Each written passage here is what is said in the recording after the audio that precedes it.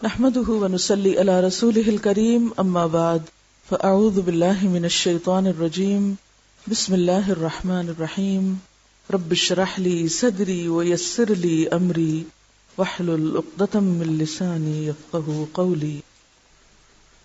آج ہم صفحہ نمبر 83 یعنی 83 سے نمازی کے لباس کے بارے میں پڑھیں گے۔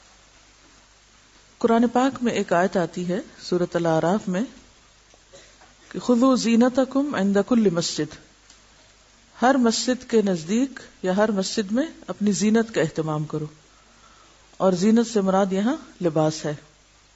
گویا نماز کی درستگی کا انحصار جہاں پاکیزگی پر ہے، صفائی پر ہے، وضو پر ہے، وہیں اس کے ساتھ ساتھ درست نماز کے لیے درست لباس کا ہونا بھی بے حد ضروری ہے۔ اگر لباس مناسب نہ ہو، سطر کے تقاضے پورے نہ کرتا ہو تو نماز ضائع ہو جاتی ہے، کوشش رائے گاں جاتی ہے۔ تو اس لیے یہ بھی ایک بہت اہم باب ہے۔ اب یہاں پر چونکہ مرد اور عورت کا فرق بھی ہے، اس لیے کچھ چیزیں اس حوالے سے آپ کے سامنے آئیں گی، اور اسی طرح کچھ احادیث ایسی بھی آپ پڑھیں گے جن میں منیمم لباس کا ذکر ہوگا کہ جس میں ایک شخص کی نماز ہو سکتی ہے۔ پہلی حدیث ہے، رسول اللہ صلی اللہ علیہ وسلم نے فرمایا لا يصلي احدكم في الثوب الواحد ليس على عاتقيه شيء، کوئی شخص کپڑے میں اس طرح نماز نہ پڑھے کہ اس کے کندھے ننگے ہوں۔ تو اس سے کیا پتہ چلتا ہے کہ مردوں کے لیے بھی نماز میں ڈریس یا لباس ایسا ہونا چاہیے کہ جس سے ان کے کندھے ڈھکے ہوئے ہوں۔ الگ سے کندھے پہ ڈالنا اوڑھنی کی طرح لازم نہیں ہے، اگر کرتا بھی ہے تو اس سے بھی بات بن جائے گی۔ سر کے ڈھکنے کا ذکر نہیں آیا، کندھوں کے ذکر آیا۔ اسی لیے بعض لوگ جب احرام پہنتے ہیں اور ایک کندھا کھلا رکھتے ہیں تو وہ یہ سمجھتے کہ شاید ہر حال میں اسی طرح ہی ہمیں رہنا ہے، اور وہ نماز میں بھی پھر اس کو نہیں ڈھانکتے۔ تو خواہ کوئی احرام پہنے ہوئے ہو یا اس کے بغیر، تو نماز میں دونوں کندھوں کا ڈھکا ہوا ہونا ضروری ہے، کیونکہ یہاں لفظ آ رہا ہے عاتقیہ، دونوں کندھے۔ جہاں تک سر کا تعلق ہے تو سر ڈھانکنا مستحب ہے، پسندیدہ ہے، لیکن اگر کوئی مرد سر نہ ڈھانکے اور نماز پڑھ لے تو ایسا نہیں کہ وہ کوئی غلط کام کر رہا ہے یا اس کی نماز ہوگی نہیں، نماز ہو جاتی ہے۔ سر کا ڈھانکنا شرائط میں سے نہیں ہے۔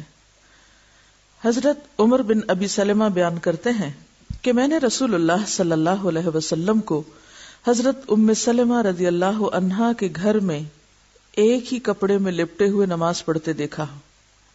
عمر بن ابی سلمہ کون ہے؟ آپ کے کیا لگتے ہیں؟ ربیب ہیں، حضرت ام سلمہ کے بیٹے ہیں جو پچھلے شوہر یعنی ابو سلمہ سے تھے۔ تو وہ اپنی والدہ کے گھر حضور صلی اللہ علیہ وسلم کو، جو اس وقت آپ کی اہلیہ تھی، نماز پڑھتے ہوئے دیکھتے ہیں کہ ایک ہی کپڑا ہے اوپر سے نیچے تک، کہ آپ نے اس کی دونوں طرفیں اپنے کندھوں پر رکھی ہوئی تھی۔ صحابہ کرام نبی کریم صلی اللہ علیہ وسلم کے ساتھ نماز پڑھتے تھے، اور وہ اپنے تہبندوں کے چھوٹے ہونے کے سبب اپنی گردنوں پر باندھے ہوتے تھے، یعنی تہبند کا ایک حصہ اوپر سے بھی باندھ لیتے تھے۔ اور عورتوں سے کہہ دیا گیا تھا کہ جب تک مرد سیدھے ہو کر بیٹھ نہ جائیں اس وقت تک تم اپنے سر سجدے سے نہ اٹھانا، کیونکہ اس میں اہتمام تھا کہ کہیں جب وہ جھکے تو ان کی کوئی حصہ ایسا جو قابل ستر ہے وہ نظر نہ آئے۔ اب اس سے یہ بھی پتہ چلتا ہے کہ اس دور میں خواتین مسجد میں نماز پڑھتی تھیں، اور اس طرح پڑھتی تھی کہ مردوں اور عورتوں کے بیچ میں کوئی دیوار یا کپڑا یا ستر یا چیز نہیں ہوتی تھی۔ اسی لیے ان کو کہا جا رہا ہے نا کہ وہ بعد میں سر اٹھائیں، تاکہ پہلے مرد اٹھا چکیں۔ حضرت محمد بن المنکدر رحمۃ اللہ علیہ بیان کرتے ہیں کہ میں حضرت جابر بن عبداللہ کے پاس آیا تو وہ ایک کپڑے میں لپٹے ہوئے نماز پڑھ رہے تھے، اور ان کی چادر ایک طرف رکھی ہوئی تھی۔ جب وہ نماز سے فارغ ہوئے تو ہم نے ان سے کہا کہ اے ابو عبداللہ، آپ کی چادر پڑی رہتی ہے اور آپ نماز پڑھ لیتے ہیں؟ تو انہوں نے فرمایا ہاں، میں نے نبی کریم صلی اللہ علیہ وسلم کو اسی طرح نماز پڑھتے دیکھا ہے، اور میں نے یہ چاہا کہ ایسا ہی کروں تاکہ تمہارے جیسے جاہل مجھے اس طرح نماز پڑھتے ہوئے دیکھ لیں کہ اس طرح نماز ہو جاتی ہے۔ اس بات کو آپ سمجھنے کے لیے کہ کس طرح وہ ایک کپڑے میں پڑھتے تھے، آپ یوں سمجھے جیسے ساڑی ہوتی ہے نا، ایک ہی کپڑا ہوتا ہے نا ساڑی، کچھ حصہ نیچے کو ریپ کر لیتے ہیں اور کچھ پھر اوپر سے لپیٹ لیتے ہیں. تو وہ پہننے کا انداز ایسا ہوتا تھا کہ جس سے نیچے کا سطر بھی اور پھر کندھے بھی ڈھک جاتے تھے. اس بات کو اتنا واضح کرنے کی ضرورت کیوں تھی کہ کوئی بھی ایسا شخص جس کے پاس کم سے کم لباس بھی ہو تو وہ یہ نہ کہے کہ میں نماز نہیں پڑھ سکتا چونکہ میرے پاس تو لباس ہی نہیں ہے، اور کم لباس میں نماز ہی نہیں ہوتی. نہیں، نماز ہو جاتی ہے اگر آپ سطر کی ان حدود کو پورا کر دیں، ان حصوں کو ڈھانک لیں جن کا ڈھانکنا ضروری ہے، چاہے وہ ایک کپڑا ہو یا 2 ہو یا 3 ہو. رسول اللہ صلی اللہ علیہ وسلم نے نماز میں منہ ڈھانپنے اور صدل کرنے سے منع فرمایا ہے. اس کتاب کے اوپر جنہوں نے احادیث کی تخریج کی ہے وہ حاشیے میں لکھتے ہیں، اگر آپ نمبر 2 کو نیچے دیکھیں، اس حدیث کو کہ منہ نہ ڈھانکا جائے اور صدل نہ کیا جائے، اسے امام حاکم اور حافظ ذہبی نے صحیح کہا ہے. میرے علم میں اس حدیث کی 2 ہی سندیں ہیں. ایک سند حسن بن ذکوان کی تدلیس کی وجہ سے ضعیف ہے اور دوسری اصل بن سفیان ضعیف راوی ہیں. اس سے پتہ کیا چلتا ہے کہ اگرچہ روایت موجود ہے مگر ضعیف ہے. اس حدیث میں منہ ڈھانپنے سے روکا گیا ہے، لیکن بعض جگہیں ایسی ہوتی ہیں جہاں پر سخت لو پڑ رہی ہوتی، یا خواتین ہیں جو نقاب اوڑے ہوئے ہیں، یا پھر سخت سردی کا موسم ہے کہ جس میں آپ کو جسم کے ساتھ منہ بھی ڈھانکنا ہے، تو کیا ایسے میں پھر نماز نہیں ہوگی؟ کیا ہوگا؟ تو اس میں یہ ہے کہ یہ روایت ضعیف ہے. نماز ہو جاتی ہے اگر منہ ڈھکا ہوا ہو. عام حالات میں، نارمل حالات میں انسان کو اس طرح نہیں کرنا چاہیے، لیکن اگر ضرورت ہو تو ایسا کیا جا سکتا ہے. کیونکہ جن ملکوں میں بہت سخت سردی ہوتی ہے وہاں پر آپ ناک ننگا نہیں رکھ سکتے، ورنہ ناک ٹوٹ کے گر جائے گا، وہ بھی فریز ہو جائے گا. تو کہنے کا مطلب یہ ہے کہ دین میں بہت وسعت ہے. صدل کیا ہوتا ہے؟ کسی چادر یا کپڑے کو اس طرح اوڑھنا کہ دونوں طرف سے آگے کو لٹکا لیا جائے بغیر اس کے کہ اس کی ایک بل دیا جائے یا اس کو آگے سے باندھا جائے، یعنی کھلا چھوڑ دیا جائے. تو ویسے جیسے آپ دوپٹہ اوڑھیں اور اس کے دونوں کنارے اگلی طرف کو کھلے چھوڑ دیں، جیسے اسکارف بھی ہے بالکل ہی کھلا چھوڑ دیں آپ، یعنی اوپر سے نیچے. اس سے کیوں روکا گیا؟ کیونکہ اس سے نماز کے خشوع پہ فرق پڑتا ہے. جب آپ رکوع کرتے ہیں وہ آگے لٹک جائے گا، پھر جب آپ اٹھیں گے اور سجدے میں جائیں گے اور ہو سکتا ہے آپ کے گھٹنوں کے نیچے وہ آ جائے، جب دوبارہ آپ اٹھیں تو ان کو نکالتے نکالتے آپ کی نماز میں اتنی حرکت ہو جائے کہ آپ کا سارا خشوع ختم ہو کر رہ جائے. تو مراد اس سے یہ ہے کہ ایسا لباس نہیں پہننا چاہیے کہ جس کے پہننے سے انسان کی نماز کی ادائیگی میں کسی قسم کا کوئی خلل آئے. رسول اللہ صلی اللہ علیہ وسلم کے ساتھ عورتیں نماز فجر ادا کرتی تو وہ اپنی چادروں میں لپٹی ہوئی ہوا کرتی تھی. اس سے پتہ چلتا ہے کہ عورت کو چادر میں لپٹ کر نماز پڑھنا چاہیے. رسول اللہ صلی اللہ علیہ وسلم نے فرمایا، بالغہ عورت کی نماز اوڑھنے کے بغیر نہیں ہوتی. تو اس سے یہ پتہ چلتا ہے کہ عورت کو نیچے والے ڈریس کے علاوہ جیسے لمبا قمیص پہنی ہوئی ہے یا کیپ رکھی ہوئی ہے تو صرف وہ کافی نہیں، عورت کے لیے اوڑھنی ضروری، یعنی دوپٹہ ضروری ہے، اب اس اسکارف کی قسم کا ہو یا پھر سیدھا لمبا دوپٹہ ہو یا چادر ہو، تو یہ لازم ہے. بعض لوگ یہ کہتے ہیں نا کہ اگر ہم نے کوٹ پہنا ہوا ہے اور اوپر سے کیپ پہن لیں اور ہمارا سر ڈھک جائے تو یہ کافی ہے. یا بعض لوگ اسکارف اس طرح اوڑھتے ہیں کہ وہ سارے کے سارا کوٹ کے اندر ڈال لیتے ہیں اور اوپر سے کوئی چیز لپٹی بھی نہیں آتی، تو یہ درست نہیں. یعنی عورت کی نماز کے لیے کیا ضروری ہے کہ دوپٹہ یا اسکارف یا چادر وٹ ایور اوپر سے اس طرح بکل اس کی ماری جائے اور اس میں نماز پڑھی جائے. یعنی یہ واضح حدیث ہے کہ عورت کی نماز اوڑھنے کے بغیر نہیں ہوتی، دوپٹے کے بغیر نہیں ہوتی. حضرت ام سلمہ رضی اللہ عنہا فرماتی ہیں، عورت اوڑھنی اور ایسے لمبے کرتے میں نماز پڑھے جس میں اس کے قدم بھی چھپ جائیں، یعنی نیچے تک آنا چاہیے، ٹخنے وغیرہ ڈھکے ہوئے ہونے چاہیے. اگر آگے کے پنجے تھوڑے بہت کھل بھی جائیں تو کوئی بات نہیں، جس طرح ہاتھ ہے، لیکن پیچھے سے ایڑیوں تک کپڑا ہونا چاہیے. بعض خواتین نماز پڑھتی ہیں اور تنگ پائچوں کی شلوار پہن لیتی ہے، جب رکوع میں جاتی ہے تو وہ اتنے اونچے چڑھ جاتے ہیں کہ بعض اوقات پنڈلیاں بھی دکھائی دینے لگتی ہیں، تو اس سے نماز درست نہیں ہوتی. یعنی ایسا کپڑا پہننا چاہیے کہ جو پاؤں تک جائے. جب آپ نماز کے لیے کھڑے ہو نا تو اپنے آپ کو اتنا سنبھال کے اتنے کمپوزڈ ہو کہ آپ پھر اپنے لباس اور اپنی ذات کی طرف سے بے فکر ہوں. جب ہم نے کپڑا صحیح سنبھالا نہیں ہوتا تو کیا ہوتا ہے، رکوع میں گئے چادر شریف نیچے، اٹھے اوپر کی، سجدے میں گئے پھر دھڑام سے نیچے، پھر لپیٹے، سارا وقت کھیل میں گزر جاتا ہے.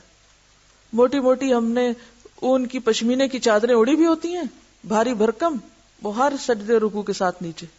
ہر حرکت کے ساتھ اوپر سے اتر جاتی. یا ایسے سلکی دوپٹے ہوتے ہیں کہ سارا وقت انہی کی لپیٹ میں گزر جاتا ہے. پھر اوڑھنی بھی ایسی نہ ہو، یعنی اتنا چھوٹا سا اسکارف کہ جو بمشکل آپ کی گردن اور کان ڈھانکے، اور بعض لوگوں کی تو گردن بھی نہیں ڈھانکتا اسکارف، یعنی اس طرح اسکارف اوڑا ہوا ہوتا ہے کہ پورا سینہ کھلا ہوتا ہے. حالانکہ قرآن پاک میں واضح طور پر کیا ہے، وَلْيَضْرِبْنَ بِخُمُرِهِنَّ عَلَى جُيُوبِهِنَّ، کہ وہ اپنے خمار یا اپنے جو دوپٹے ہیں وہ اپنے سینے پہ ڈالیں. تو نماز میں جو دوپٹہ آپ ڈالیں گے اس سے آپ کا سینہ ڈھکا ہوا ہونا چاہیے، اور اسی طرح گردن، کان، یہ تمام چیزیں. لیکن ماتھا نہیں ڈھکا ہوا ہونا چاہیے کیونکہ سجدے کی جگہ خالی ہونی چاہیے. اگر ایک ماں بچے کو لے کے نکلتی ہے تو اس کا اتنا بھاری بیگ لے کے نکلتی ہے، ساتھ اس میں دودھ بھی، اس میں نیپیاں بھی، اس میں یہ بھی ہے اور وہ بھی ہے. تو اگر ہم کہیں سفر کو نکل رہے ہیں یا کسی فنکشن میں جا رہے ہیں اور بڑی مجبوری ہے کہ ہم بہت ہی بھاری بھرکم لباس میں ڈریس اپ ہوں، جو کہ ہے مجبوری نے ہم نے خود ہی بنا لی اپنے لیے، کیونکہ سب کچھ ہم نے خود ہی تجویز کیا ہوا ہے، تو پھر کم از کم اگر ہمیں پتہ نماز کا وقت آنے والا ہے تو ایک دوپٹہ لپیٹ کے اپنے بیگ میں ڈال لیں، یا ایک ایسی چیز کہ جس سے آپ اپنی نماز تو سکون سے پڑھیں. ویسے تو اگر آپ پوری طرح ڈریس اپ ہیں، حجاب میں ہیں، تو پھر میرا خیال ہے کہ نماز کے وقت میں بھی مشکل نہیں ہوتی.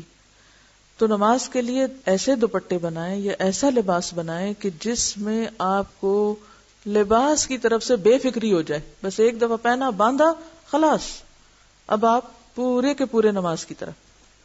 چاہیے تو یہ تھا کہ میں اس وقت آپ کو صرف ایک فقہی مسئلہ بتا کے نکل جاتی، لیکن اس سب کو میں نے خشوع سے کیوں ریلیٹ کیا ہے، کیونکہ بہت سے لوگ جب ان کو نماز میں لباس کی بات بتاتے ہیں تو فوراً اس پہ آ جاتے ہیں، اتنی بھی کیا سختی، اتنی بھی کیا پابندی، اتنی بھی کیا مجبوری. یہ عام باتیں ہوتی ہیں. نبی صلی اللہ علیہ وسلم نے فرمایا، اپنی ران کھولو، نہ کسی زندہ یا مردہ کی ران دیکھو، یعنی نہ تو خود ننگے ہو اور نہ کسی اور ننگے شخص کو دیکھو. یعنی اس میں پہلے نہ نہیں لگا ہوا، لیکن اس طرح کا جملہ جب لکھا جاتا ہے تو وہ بعد کا نہ پہلے پر بھی اثر انداز ہوتا ہے. مراد اس سے کیا ہے، یعنی نہ خود دوسروں کے سامنے ننگے ہو اور نہ ہی کسی اور ننگے کو، خواہ وہ زندہ ہو یا مردہ، اسے بھی نہ دیکھو. تو اس سے کیا پتا چلتا ہے کہ اگر آپ کسی مردہ کو بھی غسل دے رہے ہیں تو بالکل اس کو بے لباس کر کے غسل نہیں دیں گے، بلکہ اس کے اوپر ایک چادر ڈال کر اس کے نیچے سے اس کو واش کریں گے. رسول اللہ صلی اللہ علیہ وسلم کبھی نماز میں ننگے پاؤں کھڑے ہوتے اور کبھی آپ نے جوتا پہن رکھا ہوتا تھا. یعنی سفر میں ایسی جگہ پر کہ جہاں جوتا اتارنے کا موقع نہ ہوتا یا زمین گرم ہوتی تو آپ جوتا پہن کر بھی نماز پڑھ لیتے تھے. اب مسجد میں بھی بعض اوقات ایسا ہوتا تھا. کیوں؟ اس لیے کہ مسجد کا صحن کچا تھا، کنکریاں بچھی ہوئی تھی، اور پھر جب سخت گرمی ہوتی تھی تو فرش بہت تپ جاتا تھا. لیکن یہ یاد رہے کہ بلا وجہ تو جوتا لے کے مسجد میں نہیں جانا چاہیے، کیونکہ ہمارے جوتوں کی ساخت ایسی کہ اس میں نجاست پھنس بھی جاتی ہے بعض اوقات، تو بہت کیئرفل ہونا چاہیے. اگر کبھی ایسی ضرورت پیش آ بھی جائے سفر میں یا کسی ایسے مقام پر کہ جہاں آپ جوتا نہیں اتار سکتے، جوتا چوری ہونے کا ڈر ہے، تو اس میں پھر انسان یہ ضرور میک شور کرے کہ جوتا پوری طرح صاف ہے. کہنے کا مطلب یہ ہے کہ جوتے کا اتارنا نماز میں فرض نہیں، لازم نہیں. اگر وہ صاف ہے تو اس کے ساتھ بھی نماز ہو سکتی. جیسے بچے وغیرہ اگر کھیلنے کے لیے جاگرز یا رنرز پہنتے ہیں اور وہ صاف ہیں اور کہیں بھی کھیلتے کھیلتے نماز کا وقت آتا ہے تو وہ وہیں پر ان سمیت بھی نماز پڑھ سکتے ہیں اگر وہ صاف اور پاک ہے. اس سے دین کی سہولت پتہ چلتی ہے. لیکن آج کل مسجدوں میں جیسے قالین بچھے میں ہیں یا صفیں وغیرہ ہوتی ہیں، مصلی وغیرہ بچھا ہوتا ہے، چٹائیاں، تو اس پر اگر آپ باہر سڑک سے گندے جوتے لے کر چلے جائیں تو ساری مسجد گندی کر دیں گے آپ. تو وہاں تو لے جانے کی ضرورت ہی نہیں ہے. اس لیے ہمارے ہاں خاص طور پر اس چیز کو میک شور کرتے ہیں کہ جوتا نہ پہنا ہوا ہو یا جوتا لے کر کوئی اندر نہ آئے. سڑکیں بازار بھی تو اتنے گندے کر دیے نا ہم نے. لیکن اگر ایسی جگہ ہو کہ جہاں آپ کے لیے جوتا اتارنا ممکن ہی نہ ہو، مثلا آپ سفر میں یا موسم کی شدت ہے، سخت سردی ہے یا سخت گرمی ہے، تو آپ جوتے سمیت بھی نماز ادا کر سکتے ہیں. نبی صلی اللہ علیہ وسلم نے فرمایا، جب تم نماز ادا کرو تو اپنا جوتا پہن لو یا اسے اتار کر اپنے قدموں کے درمیان رکھو. یہ بھی کتنی عمدہ نصیحت ہے. بعض لوگ جوتے اتار کے دوسروں کے منہ کے سامنے رکھ دیتے ہیں. اگر آپ کو کہیں مسجد میں یا حرم میں نماز پڑھنے کا اتفاق ہوا ہو تو بعض اوقات لوگ یا اپنے منہ کے آگے رکھ لیتے ہیں یا پھر اپنے پیچھے رکھ دیتے ہیں جو کسی اور کے منہ کے آگے آ رہا ہوتا ہے، یعنی اس کے سجدے کی جگہ پر. تو جس وقت آپ نماز میں کھڑے ہوں تو پھر کیا کریں؟ جوتے پہ جوتا رکھ کے اس کو لپیٹ کے دو پاؤں کے بیچ میں رکھ لیں. یعنی کتنی اچھی تہذیب ہے جو آپ صلی اللہ علیہ وسلم نے سکھائی کہ اس میں نہ خود کو تکلیف ہوگی اور نہ ہی کسی اور کو. پھر اس کے بعد ایک اور روایت میں ہے آپ نے فرمایا یہودیوں کی مخالفت کرو، وہ جوتے اور موزے پہن کر نماز ادا نہیں کرتے. یعنی ان کے ہاں سختی ہے اس بات کی کہ نہ وہ موزے پہن کے نماز پڑھتے ہیں اور نہ ہی جوتے پہن کے. نبی صلی اللہ علیہ وسلم نے فرمایا جب تم مسجد میں آؤ تو جوتوں کو اچھی طرح غور سے دیکھ لو، اگر ان میں نجاست نظر آئے تو ان کو زمین پر اچھی طرح رگڑو، پھر ان میں نماز ادا کرو. نبی صلی اللہ علیہ وسلم فرماتے ہیں جب تم نماز ادا کرو تو جوتوں کو دائیں یا بائیں نہ رکھو بلکہ قدموں کے درمیان رکھو، کیونکہ تمہارا بایاں دوسرے نمازی کا دایاں ہوگا. ہاں اگر بائیں جانب کوئی نمازی نہ ہو تو بائیں جانب رکھ سکتے ہو. تو اس سے کیا پتہ چلتا ہے کہ خاص طور پر اگر صف میں آپ نماز پڑھ رہے ہیں تو اس میں اگر آپ بیچ میں جوتا رکھتے ہیں تو ایک تو صف ٹوٹے گی، گیپس آ جائیں گے. دوسرے یہ ہے کہ جوتے کو اپنے دائیں طرف مت رکھو، بائیں طرف رکھو. ہاں اگر صف کا اینڈ ہو رہا ہے اور بائیں جانب کوئی بھی نہیں تو پھر کیا کرو، وہاں رکھ سکتے ہو سامنے یا پیچھے رکھنے کی بجائے. یا پھر اگر بیچ میں نہ رکھنا چاہیں تو بائیں طرف اگر کوئی نہ ہو تو پھر آپ بائیں طرف رکھیں. اس سے آپ دیکھیں کہ آپ صلی اللہ علیہ وسلم نے کتنی باریکی کے ساتھ کتنی تدبیر سکھائی ہے مختلف کاموں کے کرنے کی، کتنے خوبصورت انداز سکھائے. یہ باتیں پتہ تھیں آپ کو پہلے؟ نہیں، عموماً نہ پتہ ہوتی ہیں، نہ ہم عمل کرتے ہیں، نہ ہی سیکھتے ہیں، نہ ہی سکھاتے ہیں. اسی لیے ہماری زندگی بس ایک ہیزرڈ قسم کی بے انتظام زندگی ہے. بس جو کام جیسے آیا، جیسے دل کیا ویسے کر لیا، جو خود کو سہولت ہوئی وہ کر لیا، جو من مانی ہوئی مرضی ہوئی وہ کر لیا. یہ نہ دیکھا کہ دوسرے کو اس سے یا اوور آل ایک ماحول پر اس سے کیا فرق پڑتا ہے. حضرت عبداللہ بن عباس رضی اللہ عنہ نے عبداللہ بن حارث کو دیکھا کہ وہ پیچھے سے بالوں کا جوڑا باندھ کر نماز پڑھ رہے تھے. آج بھی اور اس زمانے میں بھی لوگ بعض اوقات تھوڑے لمبے بال رکھ لیتے تھے. تو انہوں نے کیا کیا، نماز میں بالوں کو اکٹھا کر کے جیسے پونی ٹیل وغیرہ ہوتی ہے اس طرح، یا ان کو اوپر کر کے باندھ دیا. عبداللہ بن عباس اٹھے اور ان کے جوڑے کو کھول دیا. جب ابن حارث نماز سے فارغ ہوئے ابن عباس کی طرف متوجہ ہوئے اور کہنے لگے میرے سر سے تمہیں کیا سروکار تھا، تم نے مجھے کیوں ڈسٹرب کیا؟ ابن عباس نے کہا میں نے رسول اللہ صلی اللہ علیہ وسلم کو یہ فرماتے ہوئے سنا ہے بے شک اس طرح کے آدمی کی مثال اس شخص کی سی ہے جو مشقیں بندھی ہوئی حالت میں نماز ادا کرے، یعنی اس کو بیڑیوں میں جکڑا ہوا ہے. جوڑا ایسا ہے کہ ایک ہے بال کھلے جس میں آپ ریلیکس ہیں، اور جو ہی آپ نے بال اس طرح باندھے کہ وہ ٹائٹ ہو گئے کہ جس سے آپ کی توجہ جو ہے وہ اس طرف جا رہی ہے، یا پھر یہ کہ وہ اونچے ہو گئے کہ جس سے آپ کا جو پیچھے سے بال ابھر کے دوسرا سر نظر آ رہا ہے، تو اس سے منع کیا گیا ہے. تو اس سے یہ پتہ چلتا ہے کہ نماز میں انسان بالکل ریلیکس رہے، بالکل یکسو رہے، کیونکہ اگر انسان اس وقت کسی بھی چیز میں بندھا ہوا اپنے آپ کو فیل کرتا ہے، اور اس سے صرف جوڑا ہی نہیں بلکہ ٹائٹ لباس یا اس طرح کا لباس کہ جس میں انسان خود کو قید محسوس کرے اور پورا خشوع نہ آ سکے، تو وہ نماز کی خشوع میں رکاوٹ بنتا ہے. اور اگر خشوع نہیں تو نماز ہی کیا. حضرت عائشہ رضی اللہ عنہا سے روایت ہے کہ رسول اللہ صلی اللہ علیہ وسلم نے ایک دھاری دار چادر میں نماز پڑھی، پھر فرمایا میری اس چادر کو ابو جہیم کے پاس لے جاؤ اور اس کی چادر میرے پاس لے آؤ. کیوں؟ اس لیے کہ اس چادر کی دھاریوں نے مجھے نماز میں خشوع سے غافل کر دیا ہے. اب آپ دیکھیں کہ ہماری نمازوں میں کیسے کیسے پھول بوٹے حائل ہوتے ہیں، لیکن ہم نے کبھی فکر نہیں کی. تو اس سے کیا پتہ چلتا ہے کہ دیوار پہ کوئی ایسی چیزیں لگی ہوئی ہیں، یا پھر جائے نماز پر بہت سی دھاریاں اور رنگ برنگ کے ڈیزائن بنے ہوئے ہیں جو مختلف شکلوں میں نظر آتے رہتے ہیں نماز میں کھڑے ہو کے.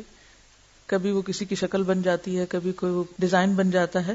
تو ایسی چیزوں پر نماز پڑھنے سے اجتناب کرنا چاہیے. اب ہم یہ تو نہیں کہہ سکتے کہ اس کی نماز ہی نہیں ہوئی، لیکن یقینی طور پر اس کو خشوع کا درجہ حاصل نہیں ہوا. اسی طرح صحابہ کرام رسول اللہ صلی اللہ علیہ وسلم کے پیچھے نماز پڑھتے ہوئے گرمی کی شدت سے سجدے کی جگہ کپڑے کا کنارہ بچھا لیتے تھے. یعنی زمین پر کچھ بھی نہیں ہوتا تھا، وہ جب نیچے آتے سجدہ کرتے تو اپنے ہی لباس کا ایک حصہ سجدے کی جگہ پر رکھ لیتے تھے اور اس پہ سجدہ کر لیتے. یہ ایسے ہی ہے جیسے مثلاً آپ کسی ایسے کارپٹ پہ نماز پڑھیں جو انتہائی گندا ہے. کئی دفعہ ایسا اتفاق ہو جاتا ہے نا, آپ کسی شادی میں جاتے ہیں تو شادی کے موقع پر تو لوگ کھانا خود بھی کھاتے ہیں, پلیٹوں میں بھی چھوڑتے ہیں, کارپٹ کو بھی کھلاتے ہیں, پھر بہرحال باقی لوگ اس کو صاف تو کر دیتے ہیں. لیکن اگر کبھی کسی ایسے موقع پر آپ کو نماز پڑھنی پڑے تو سجدے میں خشوع نہیں آتا, کیونکہ اندر سے ایسی اسمیل اور ایسا گھٹن محسوس ہوتی ہے کہ انسان ٹکا نہیں سکتا سر. ایسے میں کوئی جائے نماز نہیں. تو کیا کریں آپ؟ مثلا اگر آپ اسکارف اوڑے ہوئے ہیں یا آپ دوپٹہ اوڑے ہوئے ہیں تو نیچے جا کر اپنے ہی دوپٹے کو کارپٹ پہ بچھا کے اسی کے اوپر سجدہ کر لیں, تو اس سے آپ کی نماز بہتر ہوگی, اس میں خشوع آئے گا. جہاں تک ان سارے احکام کا تعلق ہے, اس میں دو بڑی باتیں سمجھ آتی ہیں. یعنی لباس کے سارے چیپٹر کو پڑھنے کے بعد دو چیزیں سمجھ میں آتی ہیں. ایک تو یہ کہ انسان جب اللہ کے حضور حاضر ہوتا ہے یا نماز پڑھتا ہے تو وہ ایسے ہی ہے جیسے کسی بادشاہ کے دربار میں جاتا ہے. جب آپ کسی بڑے سے ملنے کے لیے جاتے ہیں, اس کی ملاقات کے لیے, تو آپ کیا کرتے ہیں؟ صاف ستھرے ہو کر جاتے ہیں نا, سج بن کے جاتے ہیں, کپڑے پہن کے جاتے ہیں, فارمل ڈریس میں جاتے ہیں نا. آپ نے دیکھا ہوگا کہ بعض گیدرنگز ایسی ہوتی ہیں کہ جن میں انویٹیشن کے پیچھے ڈریس کوڈ لکھا ہوتا ہے, حالانکہ وہ انسانوں کی قائم کردہ مجلس ہے. تو اگر ان میں ڈریس کوڈ کا اہتمام ضروری ہے تو خالق کائنات اور بادشاہ کائنات کی مجلس میں ڈریس کوڈ کا اہتمام کیوں ضروری نہ ہو؟ اسی لیے جو پہلی آیت میں نے آپ کو سنائی تھی اس میں کیا تھا؟ خذوا زینتکم عند کل مسجد, کہ نماز میں زینت کا اہتمام کرو. اور زینت سے مراد یہاں صاف ستھرا لباس ہے, ستر والا لباس ہے, کیونکہ لباس بہرحال انسان کی شخصیت پر اثر انداز ہوتا ہے. اس کے صرف ظاہر پر نہیں, اس کے باطن پر بھی اثر انداز ہوتا ہے. آپ جس طرح کا لباس پہنتے ہیں آپ کے دل کی کیفیت ویسی ہی ہو جاتی. کبھی محسوس کیا آپ؟ اگر آپ ہاف سلیوز پہنے ہوئے ہوں تو آپ کی فیلنگ اور ہوگی, آپ ٹائٹ ڈریس پہنے ہوئے ہوں تو آپ اور طرح چلیں گے, اور طرح سوچیں گے. اور اگر آپ ڈھیلا ڈھالا کیجول لباس پہنے ہوئے تو اور طرح. رات کو اگر آپ سونے کا لباس پہنے ہوئے تو آپ کی سوچ اور آپ کی کیفیت اور ہوگی. اور اگر آپ کہیں گھر سے باہر ہیں اور باحجاب ڈریس میں ہیں تو آپ کی فیلنگ ہی اور ہو جائے گی. تو یہ ایک مانی ہوئی بات ہے کہ انسان کے جسم کے اوپر جو کچھ ہے وہ صرف اوپر نہیں رہتا بلکہ اس کے اندر تک اثر انداز ہوتا ہے.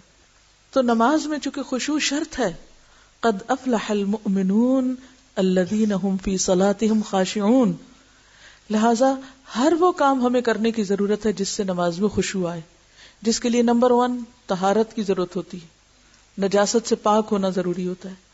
نمبر 2 باوضو ہونا ضروری ہوتا ہے. نمبر 3 پھر صحیح لباس میں ہونا ضروری ہوتا ہے.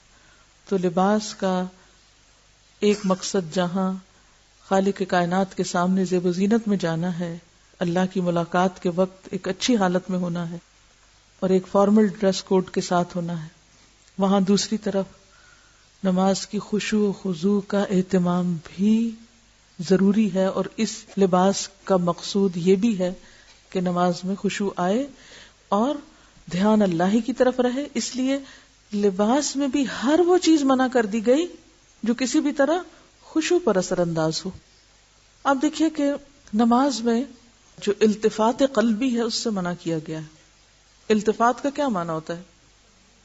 ملتفت ہونا. اس نے میری طرف کوئی التفات نہ کیا. التفات کیا ہے؟ توجہ کرنا, مائل ہونا.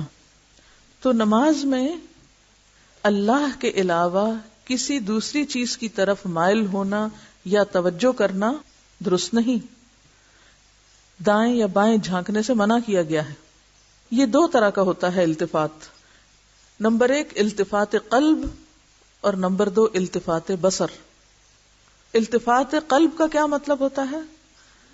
اللہ کی طرف سے دل ہٹا کر غیر اللہ کی طرف لگانا. اور التفات بصر کیا ہے؟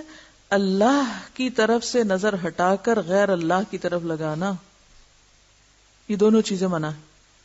جب تک انسان نماز کی طرف متوجہ رہتا ہے اللہ تعالیٰ اس کی طرف متوجہ رہتے ہیں, اور جب دل یا آنکھ کی توجہ غیر اللہ کی طرف ہو جاتی ہے تو اللہ تعالیٰ بھی اس سے اعراض کر لیتے ہیں, منہ موڑ لیتے ہیں. نقصان کیا ہے التفات قلبی یا التفات بصر کا؟ کہ جب تک آپ کا دھیان اللہ کی طرف ہے، آپ کے دل میں اللہ کی یاد ہے، آپ کی نگاہ ایک خاص مقام پہ ٹکی ہوئی ہے اور ادھر ادھر نہیں دیکھ رہے، تو آپ پر اللہ کی رحمت ہے. اور اگر آپ نے منہ موڑ لیا تو اللہ تعالیٰ بھی منہ موڑ لے گا.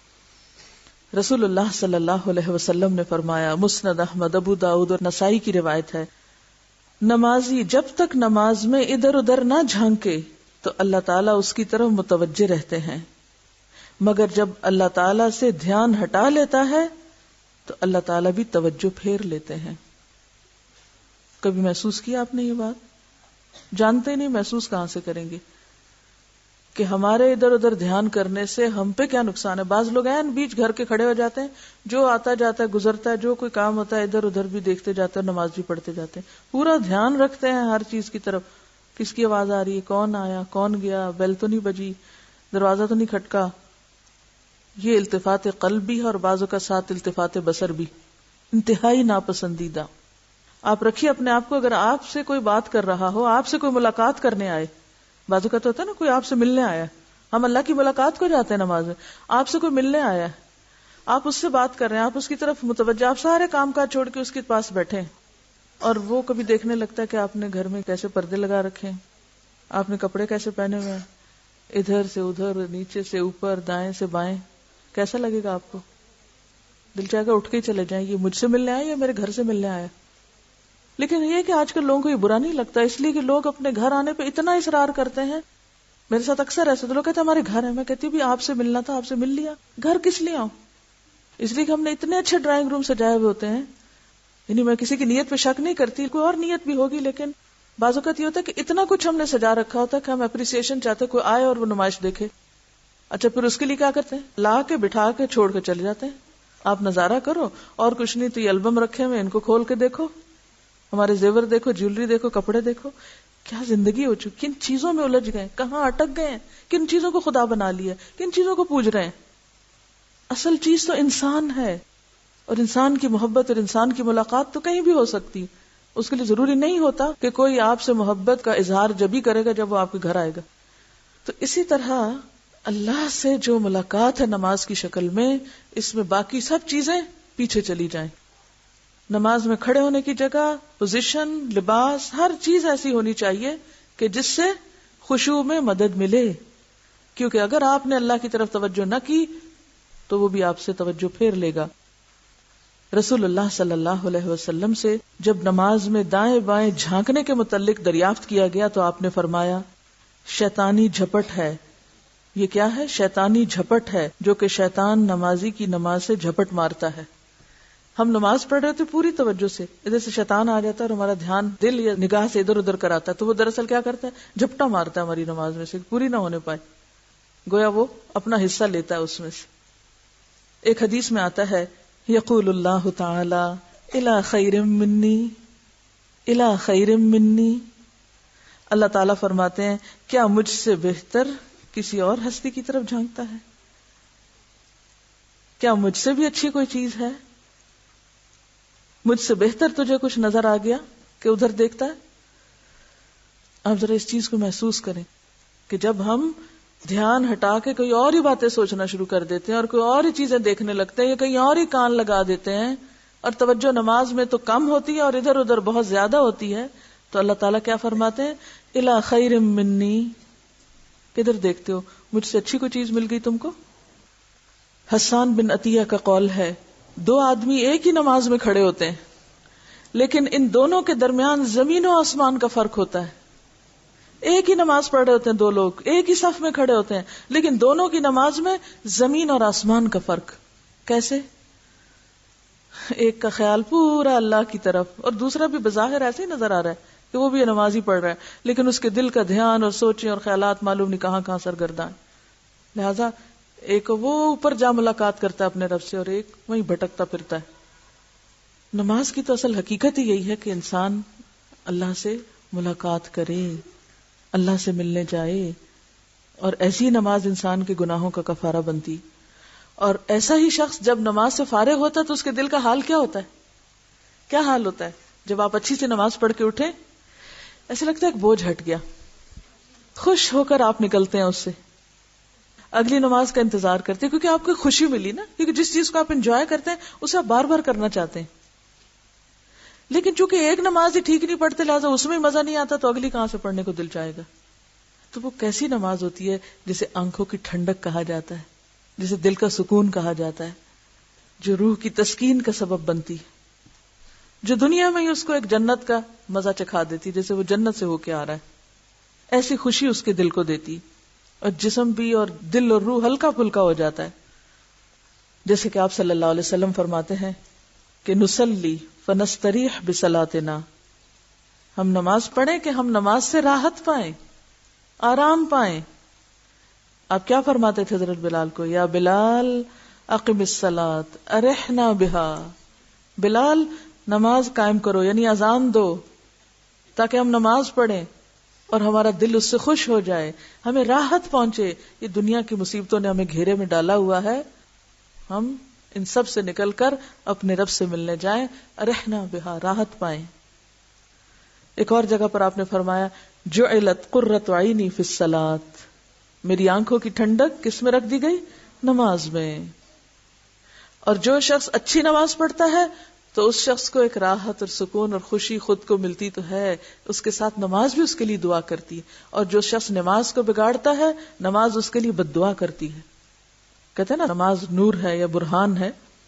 تو بات یہ ہے کہ نماز اٹھتی ہے نا، جب نیک عمل اٹھتا ہے، جب آپ نماز پڑھتے ہیں تو وہ اوپر اٹھا لیا جاتا ہے، اور وہ اس حال میں اٹھتی ہے کہ وہ نمازی کو دعائیں دے رہی ہوتی ہے. کیا دعا دیتی ہے؟ حفظک اللہ کما حفظتنی، اللہ تیری حفاظت کرے جیسا کہ تو نے میری حفاظت کی.